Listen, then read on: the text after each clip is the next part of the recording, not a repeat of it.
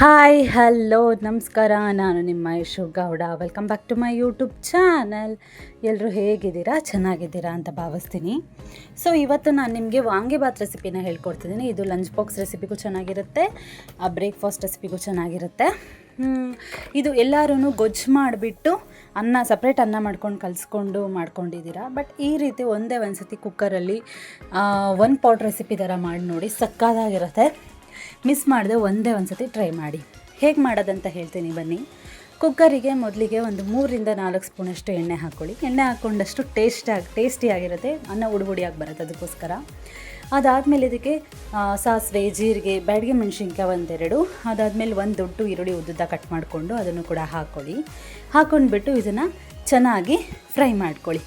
ಈರುಳ್ಳಿ ಚೆನ್ನಾಗಿ ಫ್ರೈ ಆಗಲಿ, ಕಂದು ಬಣ್ಣ ಹೋಗೋವರೆಗೂ ಚೆನ್ನಾಗಿ ಫ್ರೈ ಆಗಲಿ.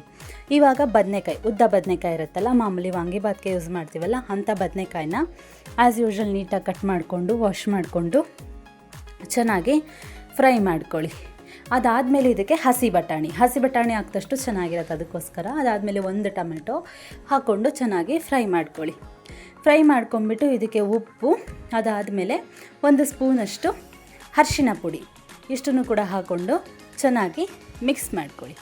ಇವಾಗ ಇನ್ನೇನು ಬೇಡ, ವಾಂಗಿಬಾತ್ ಪೌಡರ್ ಒಂದು ಹಾಕಬೇಕು.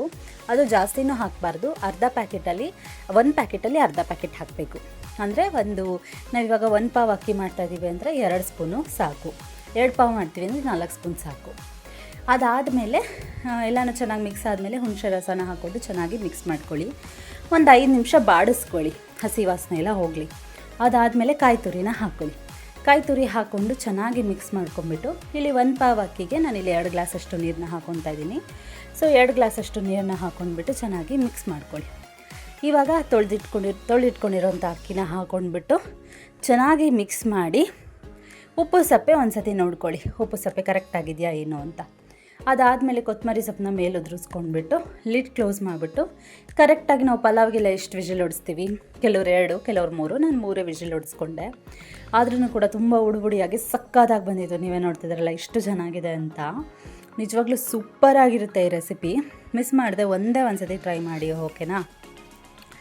ಸೊ ಈ ವಿಡಿಯೋ ನಿಮಗೆ ಇಷ್ಟ ಆಗಿದರೆ ದಯವಿಟ್ಟು ಲೈಕ್ ಮಾಡಿ, ಶೇರ್ ಮಾಡಿ, ಕಮೆಂಟ್ ಮಾಡಿ, ಸಬ್ಸ್ಕ್ರೈಬ್ ಮಾಡ್ಕೊಳ್ಳಿ. ಹೀಗೆ ನನಗೆ ಸಪೋರ್ಟ್ ಮಾಡಿ.